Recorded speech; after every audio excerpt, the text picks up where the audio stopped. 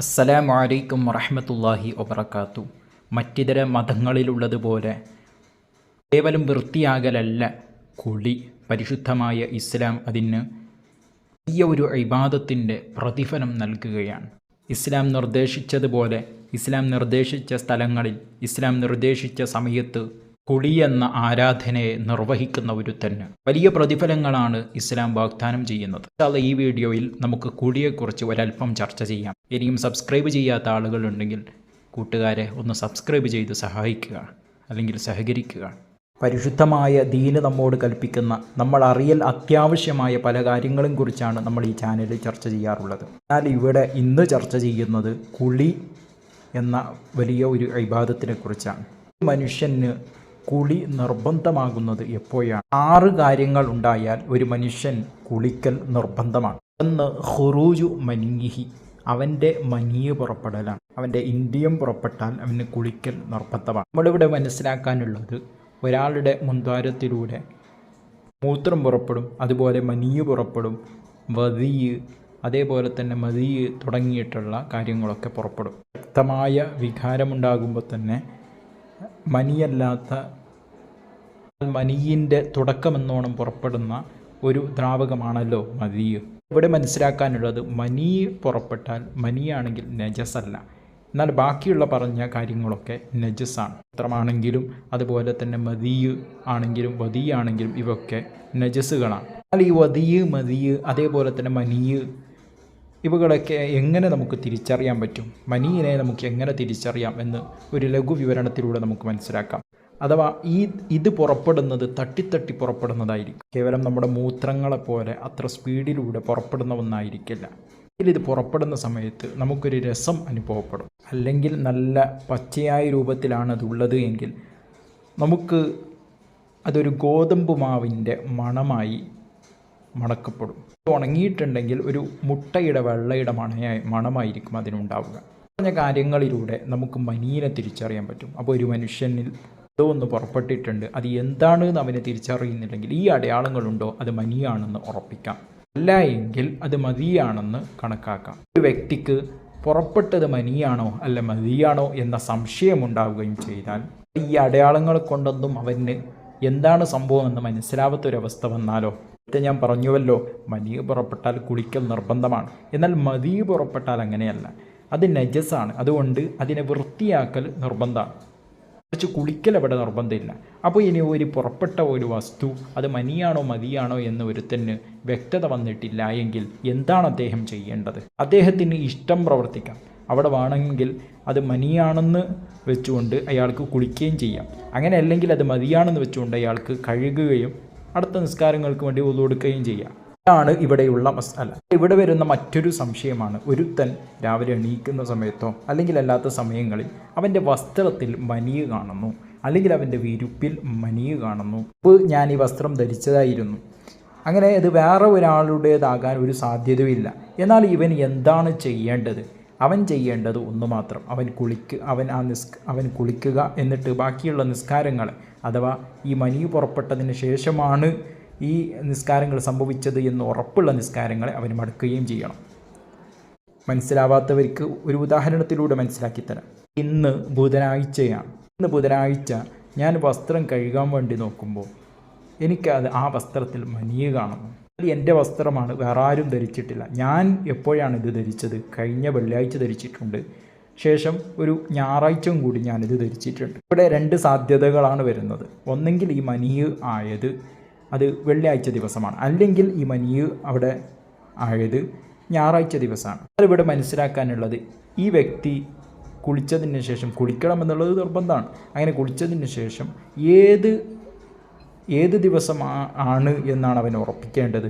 അഥവാ ഏതിന് ശേഷമുള്ള നിസ്കാരങ്ങളെയാണ് അവൻ നിർബന്ധമായി മടക്കേണ്ടത്. ഇവിടെ ഫുഖഹാവ് നമ്മോട് പഠിപ്പിച്ചു തരുന്നത്, വെള്ളിയാഴ്ച ധരിച്ചപ്പോഴാകാനുള്ള സാധ്യതയേ ഉള്ളൂ, എന്നാൽ ഞായറാഴ്ച ധരിച്ചപ്പോൾ ആകാനുള്ള സാധ്യത അത് ഉറപ്പുള്ള സാധ്യതയാണ്. എന്ന് വെച്ചാൽ ഞായറാഴ്ച എങ്കിലും ആയതായിരിക്കണം. ശേഷമാണെങ്കിൽ ആ വസ്ത്രം ധരിച്ചിട്ടുമില്ല, അപ്പം ഞായറാഴ്ച എന്തായാലും ആയ ഒരു ദിവസമാണ്.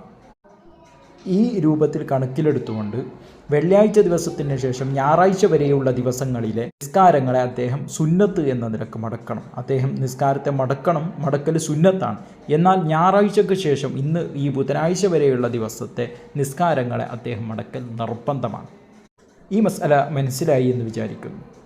മനസ്സിലായിട്ടില്ലെങ്കിൽ ഇൻഷാ അല്ലാഹ് നിങ്ങൾക്ക് സംശയങ്ങൾ ചോദിക്കാവുന്നതാണ്. ഇനി ആ മനി അത് വേറെ ഒരാളിൽ നിന്നാകാനുള്ള സാധ്യത ഉണ്ടായാൽ, ഉദാഹരണം അദ്ദേഹത്തിൻ്റെ വസ്ത്രം തന്നെ വേറെ ഒരാളും കൂടി ധരിച്ചിട്ടുണ്ട്, അല്ലെങ്കിൽ അദ്ദേഹത്തിൻ്റെ വിരിപ്പിൽ വേറെ ഒരാൾ മുമ്പ് കടന്നിട്ടുണ്ട്, ഞാൻ കടന്നതിന് ശേഷം വേറെ ഒരാളും കടന്നിട്ടുണ്ട്, ചിലപ്പോൾ എന്നിൽ നിന്നുണ്ടായതാകാം, അയാളിൽ നിന്നുണ്ടായതാകാം. എന്നാൽ ഈ രണ്ടാളുകളും എന്താണ് ചെയ്യേണ്ടത്? അവർ കുളിക്കൽ സുന്നത്താണ്. എന്നിട്ടോ അതിന് ശേഷമുള്ള നിസ്കാരങ്ങളെ അവർ മടക്കലും സുന്നത്താണ്. അവിടെ നിർബന്ധം എന്ന് ഫിഖ്ഹിൻ്റെ കിതാബുകൾ പറയുന്നില്ല. ഇൻഷാ അല്ലാഹ് കുളി നിർബന്ധമാകുന്ന രണ്ടാമത്തെ കാര്യത്തിലേക്ക് നമ്മൾ കടക്കുകയാണ്. ദുഖൂലു ഹശഫത്തിൻ ഫർജൻ, മറ്റൊരാളുടെ ഫർജിലേക്ക്, ഗുഹ്യ സ്ഥാനത്തേക്ക് ഇവൻ്റെ ലിംഗ അഗ്രം പ്രവേശിക്കുക, അഥവാ ഇവൻ്റെ ലിംഗത്തിൻ്റെ അഗ്രം, അതിൻ്റെ ആ മേൽഭാഗം പ്രവേശിച്ചാൽ മനിയ് പുറപ്പെടാതെ തന്നെ കുളി നിർബന്ധമാകുന്നതാണ്. ഇവിടെ മനസ്സിലാക്കേണ്ട ചില മസ്അലകൾ ഇമാമിങ്ങൾ നമുക്ക് പഠിപ്പിച്ചു തരുന്നുണ്ട്. ഒരു വ്യക്തി പോകുന്ന സമയത്ത് ഒരാളുടെ ഒരു ദക്കർ, അദ്ദേഹത്തിൻ്റെ മുൻദ്വാരം അല്ലെങ്കിൽ ഒരു പിൻദ്വാരം വീണ് കിട്ടുകയാണ്. ആ സമയത്ത് ഇയാൾ അതെടുത്ത് ഉപയോഗിക്കുകയാണ്. വീണ് കിട്ടിയ ഗുഹ്യസ്ഥാനത്തിലേക്ക് ഇയാളുടെ ഹഷ്ഫ പ്രവേശിപ്പിക്കുകയാണ്. കുളി നിർബന്ധമാകുമോ? എന്നാൽ ആർക്കാണ് കുളി നിർബന്ധമാകുക? ഇവിടെ മനസ്സിലാക്കേണ്ടത്, ഇവിടെ ഈ ഹഷ്ഫ പ്രവേശിപ്പിച്ചയാൾക്ക് അയാൾക്ക് കുളി നിർബന്ധമാകും. എന്നാൽ മറ്റേയാൾക്ക്, അഥവാ ആ വീണ് കിടക്കുന്ന ആ ഗുഹ്യസ്ഥാനത്തിൻ്റെ സ്വാഹിബ്, അതിൻ്റെ ഉടമസ്ഥന് കുളി നിർബന്ധമാകൂല. ഒരു വ്യക്തി ഒരു മൃഗവുമായി ബന്ധപ്പെട്ടാൽ, അദ്ദേഹം മൃഗവുമായി ബന്ധപ്പെടുന്ന ഒരു മൃഗമാണെങ്കിൽ, അഥവാ ഒരു മനുഷ്യനാണെങ്കിൽ, എന്നാൽ അയാൾക്ക് ഈ ഹഷ്ഫ പ്രവേശിക്കൽ കൊണ്ട് തന്നെ, ഈ ലിംഗത്തിൻ്റെ അഗ്രം പ്രവേശിക്കൽ കൊണ്ട് തന്നെ കുളി നിർബന്ധമാകുന്നതാണ്. പിന്നെ ഒരാൾ ഒരു മയ്യത്തുമായിട്ടാണ് ബന്ധപ്പെട്ടത്, എന്നാൽ പോലും അയാൾക്ക് കുളി നിർബന്ധമാണ്. ഇവിടെ മനസ്സിലാക്കാനുള്ളത്, ഒരു മയ്യത്തിനെ കുളിപ്പിച്ചതിന് ശേഷം ഉദുവൊക്കെ എടുപ്പിച്ചു, അല്ലെങ്കിൽ കുളിപ്പിച്ചതിന് ശേഷമാണ് ഇയാൾ പോയി ബന്ധപ്പെട്ടത് എങ്കിൽ മയ്യത്തിന് വീണ്ടും കുളിപ്പിക്കൽ നിർബന്ധമില്ല. എന്നാൽ ഈ ബന്ധപ്പെട്ട വ്യക്തി, അദ്ദേഹം കുളിക്കൽ നിർബന്ധമാണ്. ഇവിടെ നമുക്ക് വരുന്ന ചില സംശയങ്ങൾക്ക് മറുപടിയും കൂടി ഫിഖ്ഹിൻ്റെ കിതാബുകളിൽ പറഞ്ഞ് നമുക്ക് പഠിപ്പിക്കുകയാണ്. ഇനി ഈ ഹഷ്ഫ പ്രവേശിച്ചത്, ലിംഗാഗ്രം പ്രവേശിച്ചത് ഒരു പിൻദ്വാരത്തിലാണെങ്കിലോ, എന്നാൽ പോലും അവിടെ കുളി നിർബന്ധമാണ്. അല്ലെങ്കിൽ മറയോടുകൂടി, അല്ലെങ്കിൽ വറയോടുകൂടിയിട്ടാണ് പ്രവേശിച്ചത് എന്നാലും, അതേപോലെ തന്നെ അല്ലെങ്കിൽ മറന്നിട്ടാണ് പ്രവേശിച്ചത് എന്നാലും, അല്ലെങ്കിൽ ആരെങ്കിലും ബലാത്കാരമായിട്ടാണ് ഇത് ചെയ്തത് എന്നാലും, അല്ലെങ്കിൽ ഒരു വികാരവുമില്ലാതെയാണ് ഇത് സംഭവിച്ചത് എന്നാലും, ഇങ്ങനെ വ്യത്യസ്ത സാധ്യതകൾ അവിടെ ഫിഖ്ഹിൻ്റെ കിതാബുകളിൽ നമുക്ക് കാണാൻ പറ്റും. എന്നാൽ പോലും അവിടെ ലിംഗത്തിൻ്റെ അഗ്രം പ്രവേശിക്കലോടുകൂടി തന്നെ അവിടെ കുളി നിർബന്ധമാകുന്നതാണ്. അവിടെ എതിരാളിയുടെ മനിയോ അല്ലെങ്കിൽ ഇവൻ്റെ മനിയോ പുറപ്പെട്ടിട്ടില്ലെങ്കിലും ശരി എന്നാണ് നമ്മൾ ഇവിടെ മനസ്സിലാക്കാനുള്ളത്. കുളി നിർബന്ധമാകുന്ന മൂന്നാമത്തെ കാര്യമാണ് ഹൈദ്. എന്താണ് ഹൈദ്? നമുക്ക് ചെറിയ രൂപത്തിൽ ഇവിടെ പഠിക്കാം. പ്രത്യേകമായ സമയങ്ങളിൽ സ്ത്രീകളുടെ ഗർഭാശയത്തിൻ്റെ അങ്ങേറ്റത്തു നിന്ന് പുറപ്പെടുന്ന പ്രകൃതിപരമായ ഒരു രക്തമാണ് ഹൈദ്. സ്ത്രീകളിൽ ഒരു രോഗമല്ല. സാധാരണ പുരുഷനിൽ മീശതാടി ഉണ്ടാകുന്നത് പോലെ, അല്ലെങ്കിൽ മറ്റുള്ള കാര്യങ്ങൾ ഉണ്ടാകുന്നത് പോലെ, സാധാരണഗതിയിൽ ഒരു സ്ത്രീയാണെങ്കിൽ അവരിൽ നിന്ന് പുറപ്പെടുന്ന ഒരു ഗർഭാശയത്തിൻ്റെ അങ്ങേറ്റത്ത് നിന്ന് പുറപ്പെടുന്ന ഒരു പ്രകൃതിപരമായ രക്തമാണ് ഹൈദ്. ഇവിടെ ഫുഖഹാ അവരുടെ വയസ്സ് നിർണ്ണയിക്കുന്നുണ്ട്. ഇതിൻ്റെ ഏറ്റവും ചെറിയ പ്രായം, അഥവാ 9 വയസ്സ്, ഏകദേശം ഒരു 9 വയസ്സ് പൂർത്തിയാകുമ്പോഴാണ് ഇതുണ്ടാവുക. എന്നാൽ ഇവിടെ മനസ്സിലാക്കാനുള്ളത്, ഇനി ഒരു പെൺകുട്ടി 16 ദിവസത്തിന് മുമ്പ്, 9 വയസ്സ് പൂർത്തിയാകുന്നതിൻ്റെ 16 ദിവസം മുമ്പ് കണ്ടാലും അത് ഹൈലായി തന്നെ പരിഗണിക്കും. അതുപോലെ തന്നെ ഹൈലിന് പ്രത്യേകമായ ഒരു വയസ്സ്, ഒരു എൻഡിങ് സമയം, അവസാനിക്കുന്ന ഒരു സമയം അവിടെ മഹാന്മാർ പറയുന്നില്ല. അപ്പോഴൊക്കെ 62 വയസ്സുകളിലൊക്കെ നിന്ന് പോകാറും ഉണ്ട്. എന്തായാലും ഹൈദ് ഉണ്ടായാൽ കുളിക്കൽ നിർബന്ധമാണ്. ഹൈദ് ഏറ്റവും ചുരുങ്ങിയത്, ഒരു സ്ത്രീക്ക് ഹൈദ് ഉണ്ടാകുന്നത് ചുരുങ്ങിയത് ഒരു ദിവസവും ഒരു രാത്രിയാണ്, ഒരു പകലും ഒരു രാത്രിയുമാണ്. എന്നാൽ സാധാരണഗതിയിൽ 6-7 ദിവസമാണ്, അധികരിച്ചത് 15 ദിവസം വരെ ഉണ്ടാകാം. എന്നാൽ നാലാമത്തെ കാര്യമാണ് നിഫാസ്. എന്താണ് നിഫാസ് എന്ന് പറഞ്ഞാൽ, പ്രസവിച്ച് 15 ദിവസം കഴിഞ്ഞു കിടക്കുന്നതിന് മുമ്പ് വയറ് മുഴുവനായും പൂർണ്ണമായും ഒഴിവായതിനു ശേഷം, പൂർണ്ണമായും പ്രസവിച്ച് ഒഴിവായതിനു ശേഷം പുറപ്പെടുന്ന ഒരുമിച്ച് കൂട്ടപ്പെട്ടതായ ഹൈദ് രക്തത്തെക്കുറിച്ചാണ് നിഫാസ് എന്ന് പറയുന്നത്. അഥവാ സ്ത്രീകളിൽ നിന്ന് പ്രസവിച്ച ഉടനെ പുറപ്പെടുന്ന രക്തമാണ് ഇത്.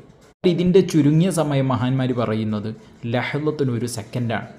എന്നാൽ സാധാരണഗതിയിൽ 40 ദിവസം വരെ ഉണ്ടാകും. എന്നാൽ കൂടിയാൽ 70 ദിവസം 60 ദിവസം വരെ ഇതുണ്ടാകും. എന്നാൽ കുളി നിർബന്ധമാകുന്ന മറ്റൊരു കാര്യമാണ് അൽ വിലാദ, പ്രസവിക്കുക. ഇവിടെ മനസ്സിലാക്കേണ്ടത്, ഒരു പെണ്ണ് പ്രസവിച്ചാൽ അതിൽ നിന്ന് തീരെ നിഫാസിൻ്റെ രക്തം പുറപ്പെട്ടിട്ടില്ലെങ്കിലും ശരി, അവൾ പ്രസവിച്ചു എന്നതിൻ്റെ പേരിൽ അവൾ കുളിക്കൽ നിർബന്ധമാണ്. ഇവിടെ നമുക്ക് വരുന്നൊരു ചോദ്യം, ഒരു പെൺകുട്ടി ഗർഭം ചുമന്നതിന് ശേഷം പിന്നെ പ്രസവിച്ചത് ഒരു രക്തക്കട്ട മാത്രമാണ്, ഒരു ജീവൻ്റെ തുടിപ്പ് പോലുമില്ല, കേവലം ഒരു രക്തക്കട്ട മാത്രം. എന്നാൽ പോലും അവിടെ കുളിക്കൽ നിർബന്ധമാണ്. അല്ലെങ്കിൽ ഒരു മാംസക്കട്ടയാണ് പ്രസവിച്ചത്, കേവലം ഒരു മാംസക്കട്ട മാത്രമാണ് പുറപ്പെട്ടത്, എന്നാൽ പോലും അവിടെ കുളിക്കൽ നിർബന്ധമാണ്.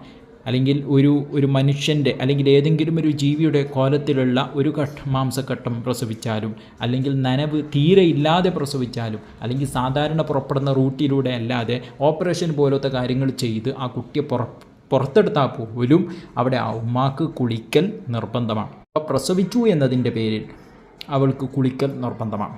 6ാമത്തെ കാരണമാണ്, ഷഹീദല്ലാത്ത രൂപത്തിൽ ഒരു മുസ്ലിമായ മനുഷ്യൻ മരണപ്പെട്ടാൽ അദ്ദേഹത്തെയും കുളിപ്പിക്കൽ നിർബന്ധമാണ്. ഇങ്ങനെ 6 കാര്യങ്ങളാണ് നിർബന്ധമായ കാര്യങ്ങളായി ഇസ്ലാം നമ്മോട് പരിചയപ്പെടുത്തുന്നത്. എന്നാൽ ഇവിടെ നമ്മൾ മനസ്സിലാക്കേണ്ടത്, ഷഹീദല്ലാത്ത രൂപത്തിൽ മരണപ്പെട്ടാലാണ് ഒരു മുസ്ലിമിനെ കുളിപ്പിക്കേണ്ടത്.